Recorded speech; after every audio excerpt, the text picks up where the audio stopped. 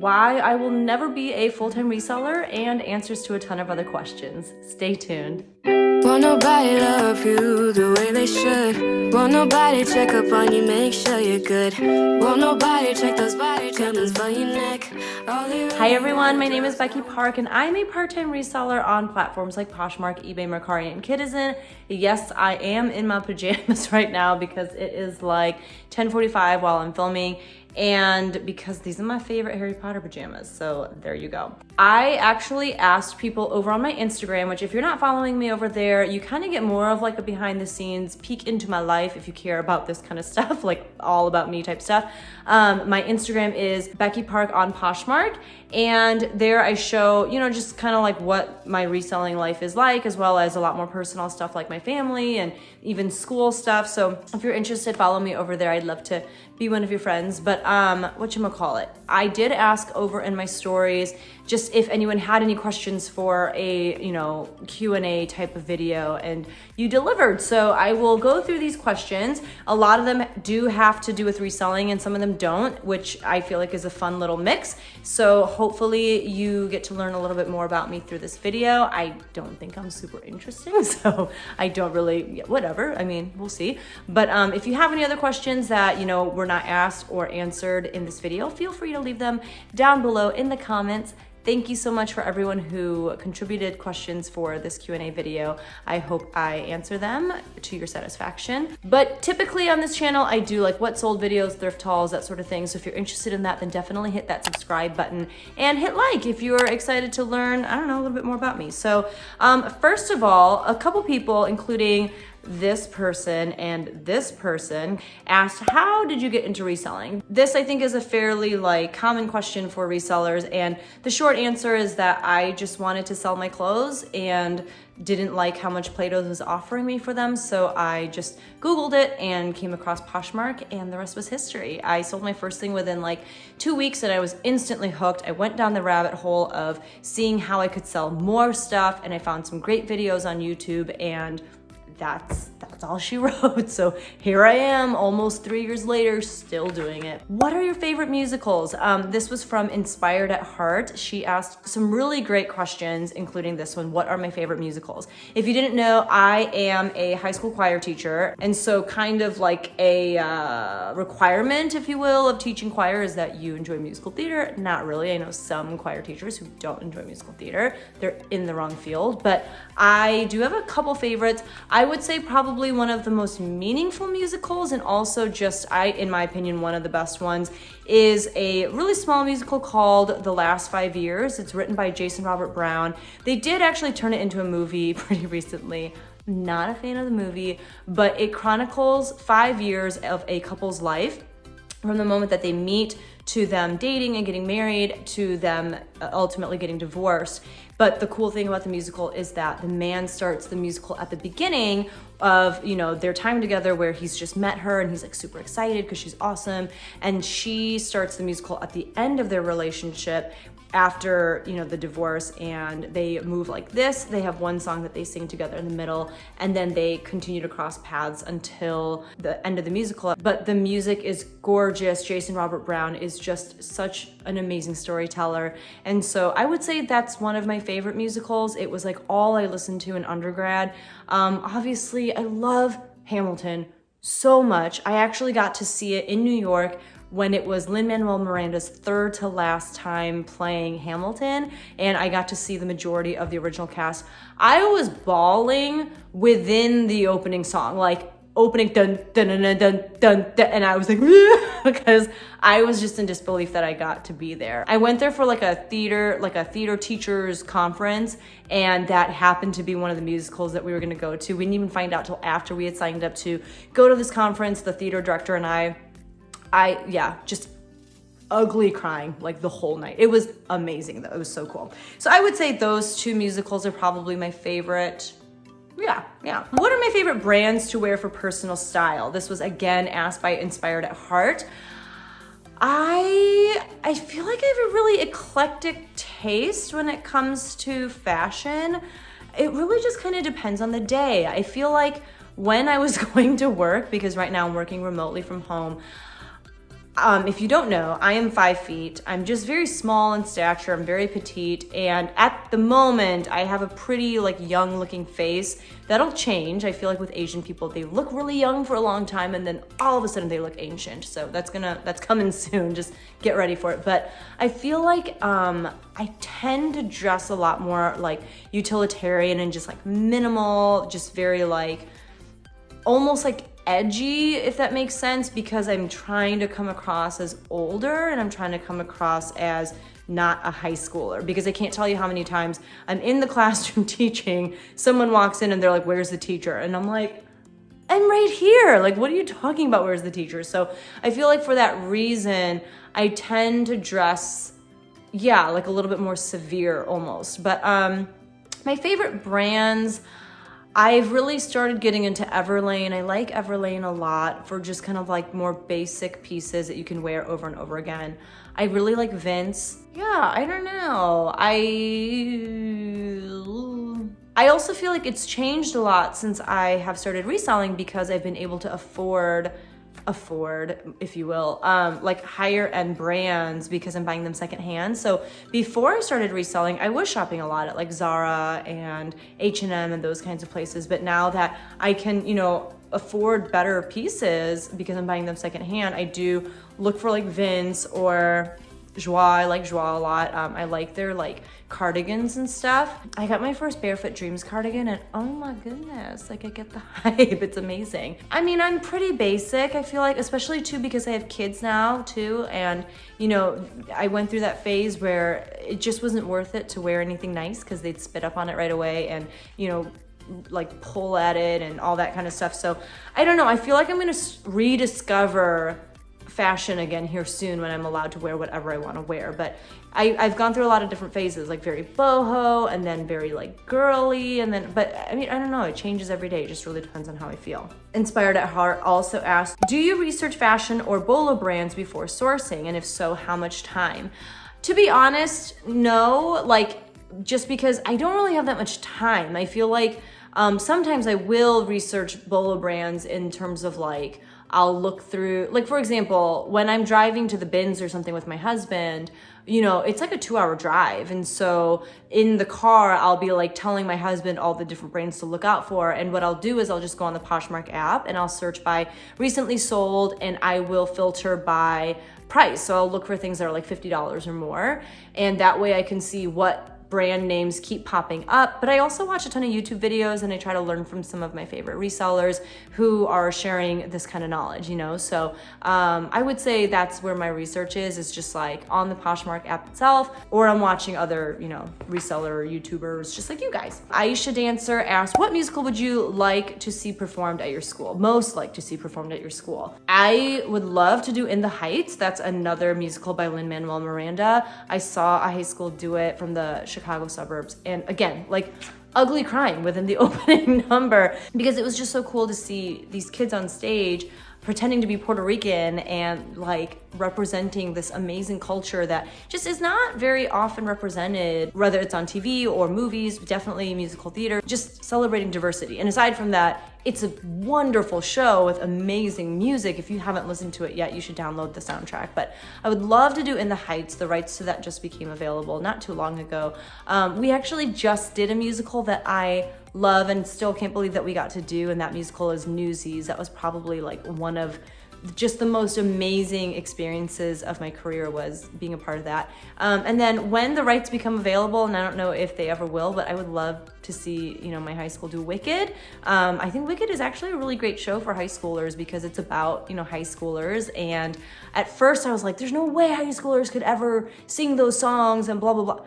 But man, I have some talented kids. I think what I meant by that was I could never pull off being in a show like Wicked when I was in high school, but my students right now absolutely can. Like I know right now who my Elphaba and who my Glinda would be. So those would be some really cool shows. Did you play sports when you were younger? Believe it or not, all 5 feet of me played volleyball all 4 years.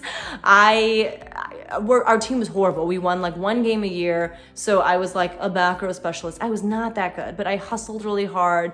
I was a hard worker. I love volleyball, so that's what I did. And yeah, I played all 4 years. Do you personally make good money on thredup? Is it really worth it to purchase a course? And that was asked by ShareBear312, and SLBags27 was the one that asked about my sports playing when I was younger. So do I make good money on thredup? Not yet. I only have 4 active boxes, but like a bunch of them are actually pretty much done, and I've reclaimed a lot of the pieces. I have made some money. I've probably made, I don't know, like $200-300. I think that the more I send in, the more money I will make, and I'm still like just beginning my thredup journey. So I'm definitely still experimenting as far as like what kinds of brands I'm sending in and even what types of pieces I'm sending in. So I'm still kind of in this like experimental phase, which is like fine and great. Like there's no penalty really for experimenting with thredup, you know, because it doesn't take up a lot of your time. Like you just send them stuff, and if they don't like it, they'll send it back, or they'll just price it kind of low, and you'll know in the future, like, okay, that's not worth sending in. Like I should just sell that myself. I love like the low risk of thredup. So I'm excited to see what happens. I have like 4 or 5 boxes like waiting to get processed. I have a bunch more that I'm going to be sending in. So I will try to answer that question later when I can give you a better answer based on more time. But I absolutely do think the course is worth it if you don't have experience with thredup to begin with. So if you just don't know anything about the platform, if you've never tried selling on it before, you have no experience, I think that the course, and I think the course that she's referring to is Chriselle's course. She's Krangle on Instagram. I think it is a really great course, and she talks about it all the time on her Instagram if you just want all of the information in one spot. And her mantra is kind of like, time is money. Don't waste your time looking for all of the answers in a bunch of different places. I have some videos on my channel too about thredup, and I'll, you know, put one of them right here. And I think it's a good video. I think it shares some really, you know, helpful tips. It's not all of the information though. And that's the great thing about taking a course, is it gives you all the information that you need to know about how to sell on thredup successfully. So that's why I promote it as much as I do. I have taken it, I have learned a lot from it, and I do believe that any money that I've made on thredup is because of the information from that course. I will put my affiliate link down below. If you buy the course right now, then you actually have the opportunity to also get the newest version of the course, which is coming out in October. And I believe in October, when that newer version comes out, it's like the 3rd version. And that's the cool thing too, she's like always updating it. But when the 3rd version comes out, the price is gonna go up. So if you wanna buy it at the low price of $147, you gotta buy it in September. So use that link below, pick up that course. I promise, like if you're brand new to thredup, it's just the best way to learn as much as possible in the shortest amount of time, and just to have someone hold your hand through the process. So that's my commercial for this video. But yeah, I do think it's worth it. One of my students asked, or one of my former students, I should say, he's now a freshman in college, but he said, what profession would you have chosen if you weren't a choir teacher? That's a great question. I knew since I was 12, actually, that I wanted to be a choir teacher. I was in a children's choir from the age of 9 to 12, and that woman had just such a profound impact on me. And when I got to high school, my choir teacher was like my second father. So I just knew at a very young age that this is something that I wanted to do. I wanted to have that same kind of impact on the next generation. But if I weren't a choir teacher, I don't know. I do really enjoy teaching. I do really enjoy music. I don't know. It's interesting because I do think that the American school system is failing its students in the sense that I feel like we're just really behind in even knowing and understanding what kinds of jobs are available to our kids. And so we keep kind of pushing the same 5 jobs. Like, you could be a teacher, you could be a doctor, you could be a lawyer. But there are all these other cool things that people are doing now that I just don't think, one, like we really know. It's kind of like Chandler's job on Friends. What is Chandler Bing's job? I feel like that's how I feel about a lot of the jobs that are out there in the universe right now. Like, what is it that you do? And so in the American school system, like I don't really feel like we're preparing kids for the plethora of jobs that are out there, because we don't even know how to explain like what those jobs are. If I could go back and repick a major, or repick even like, do I go to college? I don't know, but I do think it would have something to do with teaching, whether it's in a formal teaching role or whether it's as a content creator on YouTube, like teaching something else. I really don't know. That's a really good question, Moses. I'll get back to you. As a part-time reseller, how many hours per week do you spend on reselling? This was asked by Shop Chic Clothes and Laguna Thrift. Again, a wonderful question. I keep trying to make a video on this where I track how many hours I spend a week reselling, but what happens is like, as I set my timer, I keep forgetting to turn it off when the tasks are done. So I'm gonna try to start tracking again tomorrow. Tomorrow is Monday. That's a great day to start, Monday through Monday. I'll get back to you. Not that much time. I would say not that much time as far as like the reselling part. Where I am spending a lot of time is talking about reselling, doing YouTube and stuff like that, or even Instagram. Like if you factor in all of that social media stuff, that takes up a lot of time when you put it all together. So I'll try to again, track everything, and I'll try to track what is actual reselling tasks, like thrifting or sourcing or shipping, all that kind of stuff. And then I'll also track the social media piece of it and break it down so that you can tell. So that video hopefully will come out at some point in my life if I can pull it together. Yanel YSHM and Big Blue Reseller, they asked, do you plan on becoming a full-time reseller? And if so, what do you think will help you get there? This is the $1 million question, right? I feel like a lot of part-time resellers are either asked this or are pondering this at some point in their lives. And I'm not gonna lie, there have been times that I've turned to my husband and I'm like, should I do this full-time? And he's always like, no. He is just the most practical person that I know. He loves having a steady paycheck, knowing exactly how much is gonna be on that paycheck from week to week. So the fluctuation that happens with being a reseller as far as how much money you earn per week, per month, per year even, just knowing that there are a lot of things that are outside of your control, that is my husband's worst nightmare. I also think, going back to what I was talking about earlier, as far as knowing that I love to teach and it is something that I want to do, I don't think I teach choir because I love music, or even because I love choir. And I do, I like those things. I don't know if I love them. I like those things. But I teach because I love building relationships with students. And the unique thing about being a choir teacher is that I get to be with a lot of these students for 4 years. And not only am I with them for 4 years, but I also am with them before school and after school and on weekends. And we just spend a lot of time together. Some weeks more time with each other than we're spending with our own families, depending on if there's a competition coming up or if we're in tech week for musicals or whatever. And the quality of relationships that I'm able to create with some of these kids, it's dumbfounding. It's amazing. And a lot, so many of these kids, even once they graduate from high school and move on, we still keep in touch and we're still so close, and we still, make sure that we're in each other's lives. And that's why I went into teaching, was to build those kinds of relationships and to have that kind of impact on my students. So it'd be really hard for me to give up teaching. And the only thing that would push me out really is just the other stuff that comes with teaching, having bosses or having people who don't really know what they're doing trying to tell you how to do your job. That's kind of the downer when it comes to teaching. But I don't know if I could let go of just having that time with my students, because man, I go to bed every night feeling so just feeling like I'm making a difference. I know that sounds so cheesy, but I just go to bed so tired and so drained, but knowing that I'm making a difference, and that feels really good. Now, never will I say never, right?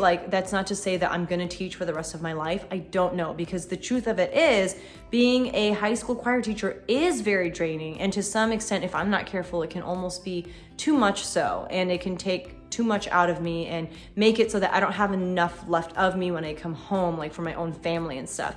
As I get older, I feel like I'm getting better about finding that balance, but it can be really hard. And so never will I say never, but I don't think I would ever be a full-time reseller in the sense of that's all that I do. But I feel like if I went down that route, it would be reselling plus YouTube plus some other different things that probably have to do with reselling, but I wouldn't call that just being a full-time reseller. There'd be a lot of other sub parts of the job label thrown in there, if that makes sense.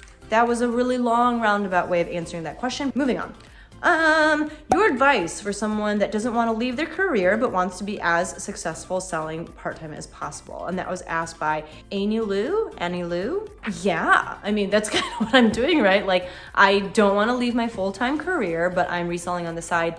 I would say just create your boundaries, you know, like, let your work be work and your reselling be your reselling. Try not to let the two bleed into each other. One, you don't want to get in trouble at your job, at your full-time job, because of your reselling stuff. I feel like one thing that I am really good at, for the most part, is like leaving my full-time work at work. Like, it was a lot easier to do before I was teaching from home, you know, during this time of teaching remotely. But when I am teaching at school, it's really easy to like leave all of my stuff at school. And when I come home, I'm home. I'm with my family. I'm working on my, you know, reselling business, but I'm not doing school stuff at home. And I feel like I'm pretty good about that. And then the same goes for when I'm at school. Sometimes, you know, I'll still check my phone and stuff for like offers, or during my lunch period, I used to like share my closet and stuff. So I would find times when it was appropriate for me to like do reselling type stuff. But for the most part, you just try not to let those things bleed into each other. You just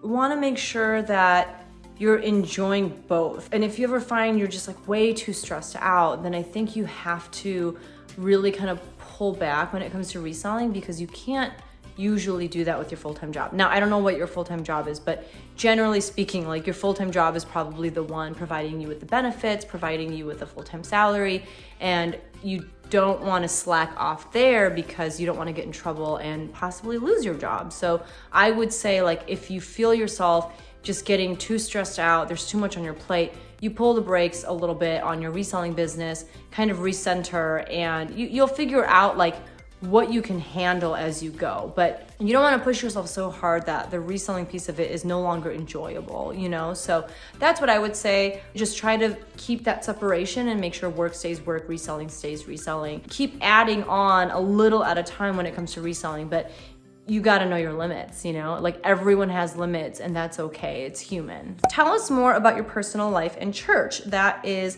a question from Stay Home Reseller. I feel like I'm an open book. Like, I don't feel like there's much more to tell, but I am married. We are going to be celebrating our 10-year wedding anniversary, if you can believe it, this November. And we have 2 kids, a 7-year-old girl and a 3-year-old boy. They are so fun and just so funny. I'm really enjoying the ages that they're in right now. They're just, yeah, they're ridiculous. For church, let's see, I've been a part of the church that we attend since I started college. So I don't even know how long I've been here now in Champaign, but I think it's been at least 15, 16 years or something. I love my church. I love the community. And I don't serve as much as I used to, but I have been a part of the worship team now, which is like, the band, like the church band. I've been a part of that now since my junior year of undergrad. So again, it's been like over a decade, and I don't, perform as much or sing as much with them just because of family and stuff like that, and having a very intense full-time job. But I stay on because, again, some of those people I've been singing with and making music with for over a decade, and we're such good friends at this point. I don't know what else there is to say about it. My dad is also a pastor, so I grew up in the church, and while it's pretty hard, being a pastor's kid is not the easiest thing in the world. Yeah, I don't know what else to say. If you have more specific questions, you could ask me. That's a little bit about my personal life and about church and stuff. Miss N. Hunter asked, best tips for juggling teacher plus reseller life. I feel like I talked about it a little bit by answering that other question. I'm trying to think of what else there could be. I don't know. The nice thing I feel like about being a teacher is that for the most part, and again, this isn't always the case in my context as a choir teacher, but your hours are pretty set, you go to work by this time and the bell rings at this time. A lot of teachers choose to stay and continue working because they have a lot of papers to grade, they have a lot of lesson planning to do.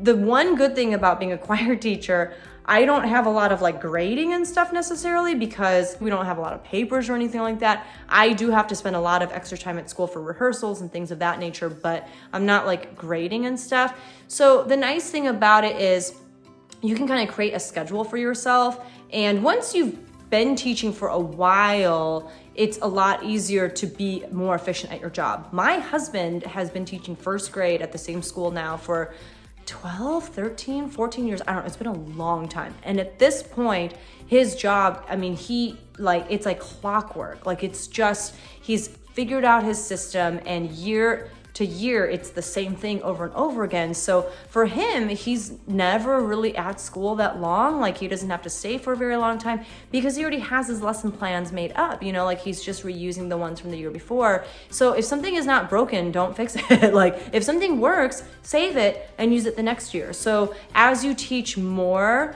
you'll become more efficient and you will not have to spend so much time lesson planning or all that kind of stuff. Again, he teaches first grade. He's also not doing a whole ton of grading, and like his grading is like, yes, you're right, 1 + 1 does equal 2. It's not like grading these intense papers on like the Civil War or something, right? Just trust that the more you do it, you'll get better and faster at it. If you don't have systems in place to make things more efficient, I mean, you'll want to figure that out now. And yeah, like once you have your schedule set, your bell rings at 3:30. Maybe you plan on staying at work till 4. Like, you have this 30-minute window to get everything done that you need to. And then maybe you thrift for an hour after that. I don't know. It's like you just create a schedule for yourself. And I think that would help. I mean, that would help me just to kind of know like, this is the amount of time that I have allotted to do X, Y, and Z versus just going into the week without a plan and just hoping for the best. I imagine that's how you just wouldn't get very much done. My biggest tip would be, do not compare yourself to people who are not teachers and who are reselling full time, or, people who like have a part-time job plus reselling. It's not fair to you to compare yourself to them, because of course they're going to get much more done than you can. Of course they're going to list more and sell more and do all that kind of stuff because they have more time. So show yourself grace, make sure that you're being the best teacher that you can, but also carving out time in your schedule to do reselling tasks if that's what you enjoy doing. I don't know if that was very helpful, but that is the advice that I would give you. How to increase sales on eBay and Poshmark. This question came from Lily KLK. I would say watch my other videos, watch a lot of the other videos that other YouTubers have been making. Really, the best way to increase sales on eBay and Poshmark are just to be consistent.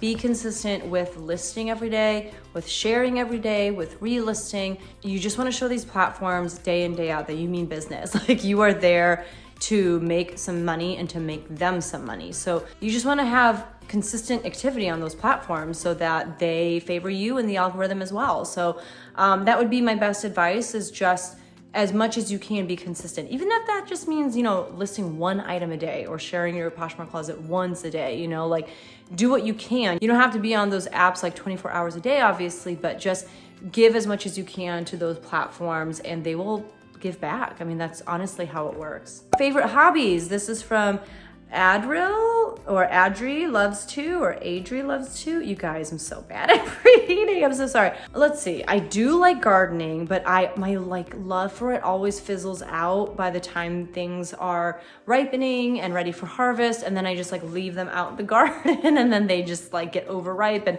it's bad. I just kind of get bored of it by the time it's end of August, September, which is the good time, right? I used to really love reading. It's hard for me to find time for it now. I don't know. I don't really have any other cool hobbies. I wish I did. The older you get, the less time it seems like you have in each day. And so it's hard to spend time on hobbies, or even to spend time doing things that you feel serve no purpose in your growth, if that makes sense. I guess one of my joys in life right now has been forcing my love of Harry Potter onto my children.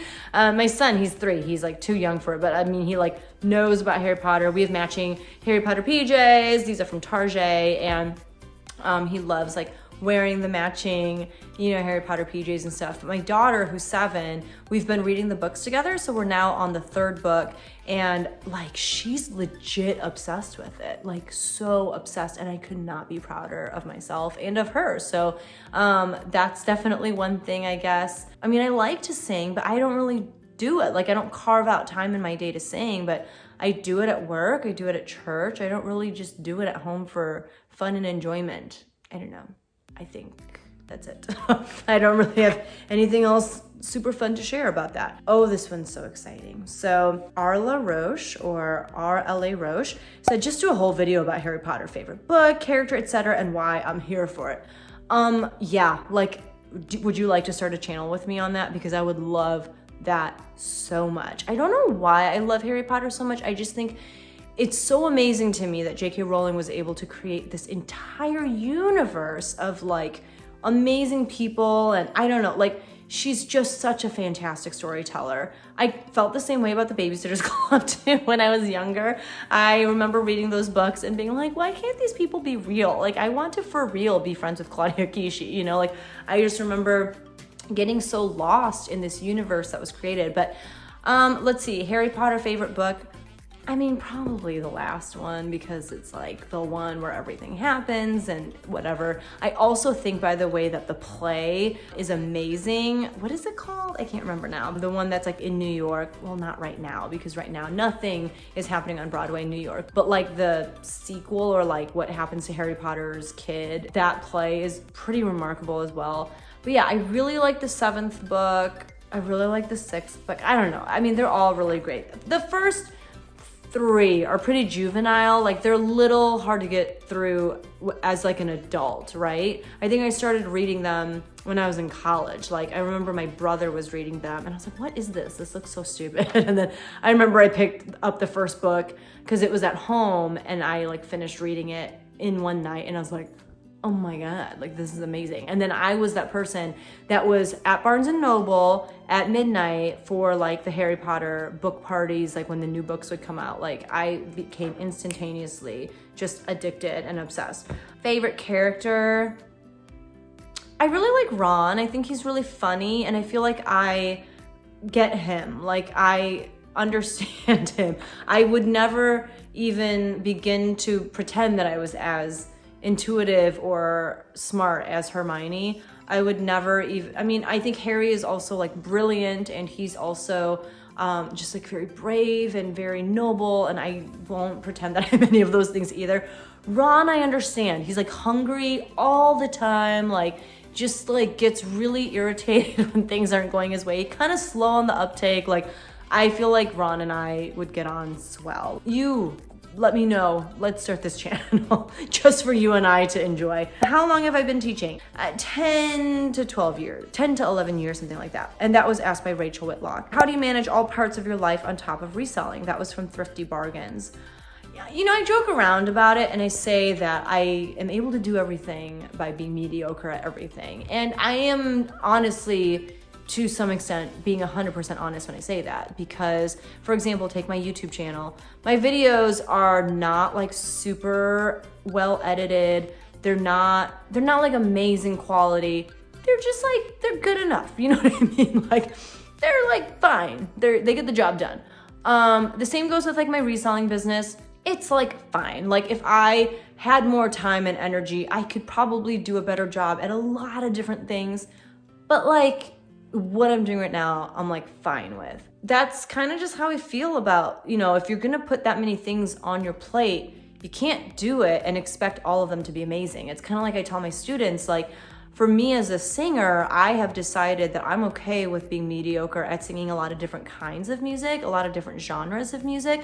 I can kind of do classical, I can kind of do musical theater, I can kind of do R&B, like I can kind of do all these different things, and I'm like mediocre at everything. If I wanted to be amazing at something, I would have to put all my eggs in that basket, you know, like I would have to be a musical theater singer to do musical theater well. I love Idina Menzel, I think she's fantastic. I have no desire to listen to her pop album because like, she's a musical theater singer. Like, I've tried listening to some of those pop songs and it's painful. Like, it's just, she spent so much time perfecting her voice and her craft as a musical theater singer.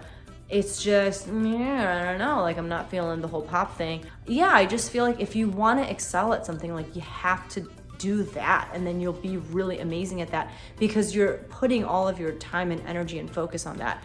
I, however, would rather do a lot of different things, maybe not do them at that level of like expertise or that level of amazingness that other people are going to be doing because I'm also doing other things, you know, and that's okay. I'm here doing this, like doing YouTube, reselling, all that kind of stuff, because it's fun for me. Like, I enjoy it. I do also obviously enjoy the extra source of income, but I would not be doing this and taking away from some of the other aspects of my life if I didn't enjoy it. And if I wasn't okay with the fact that I wasn't going to be amazing at it. So that's the first thing that I would say. And then as far as like managing though, I will say that my husband is one of the, like, he's very unique, I would say, in that I don't know a lot of other men who are as good at helping out around the house as he is. Like, he cooks 90% of our meals. Like, I barely cook.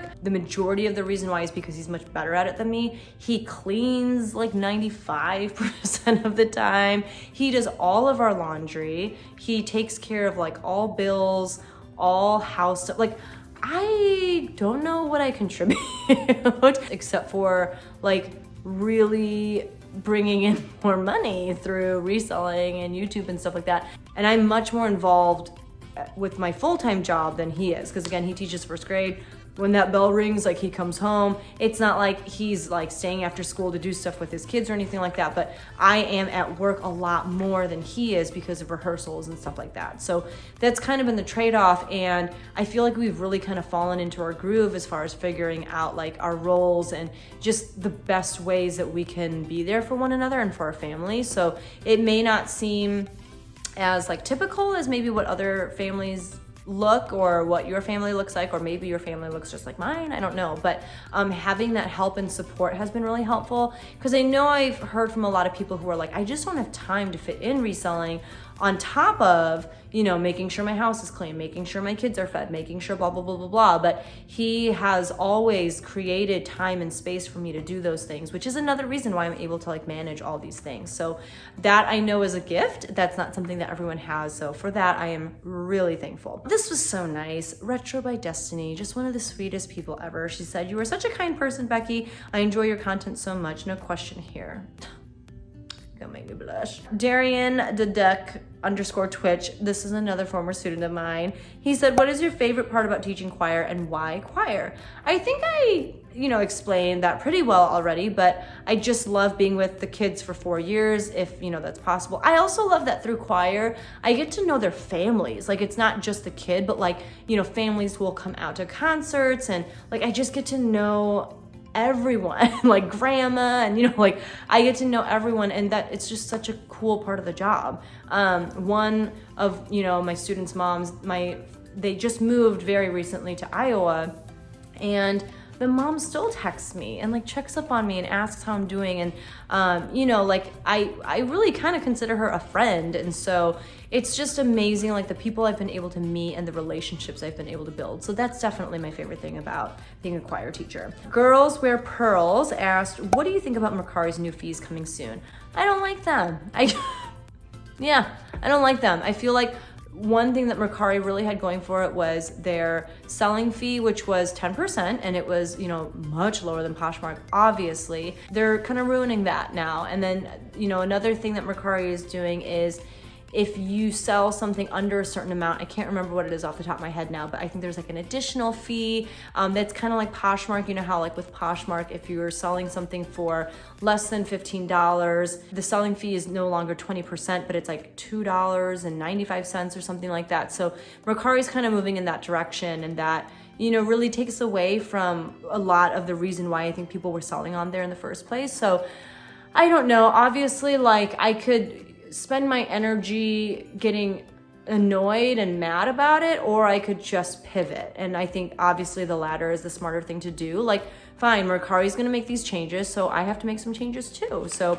on my end, I'm probably not gonna list lower priced items that much over there, or at the very least, I'll have to look and see, how much I need to list something for in order to turn a profit on it. And I probably won't offer free shipping on a lot of those items. So yeah, I mean, just finding ways to pivot. But no, I don't like it very much. Let me know how you feel about it. The Cozy Shire asked, do you use sign language with your son at all? So my son, he was born with hearing loss. He has mild to moderate hearing loss, and it's mainly with high frequency sound. So it's funny because he does have hearing aids, but even without his hearing aids, he hears most things pretty well. And most people wouldn't know that he was hard of hearing, because if you talk to him, you know, most of the time too, with like a 3-year-old, when you're talking to him, you're like sitting right in front of him or right next to him. And when you're talking to him, he's very responsive. He'll answer your questions. He talks really well. He is pretty high as far as like, you know, the number of words that he knows. And yeah, I mean, he definitely tests really high for that kind of stuff. I notice, especially when he sings songs, and the way that he pronounces words, I'm like, wow, that's how you hear that word, huh? Like, you can tell in those moments that he's not hearing things the way that he should. And so we don't have to use sign language with him because his hearing is not that bad.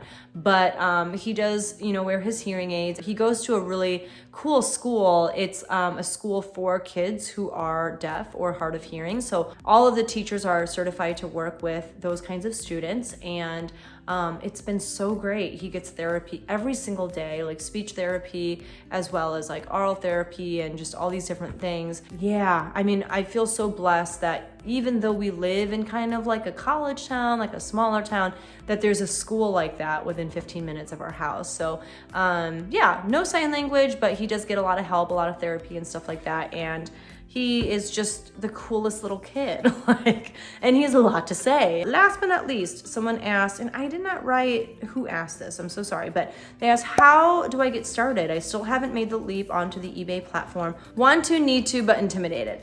I would say just do it. Just do it. Know that you're gonna make a ton of mistakes. Be okay with making mistakes, but just do it, because there's a lot of money to make on other platforms other than Poshmark.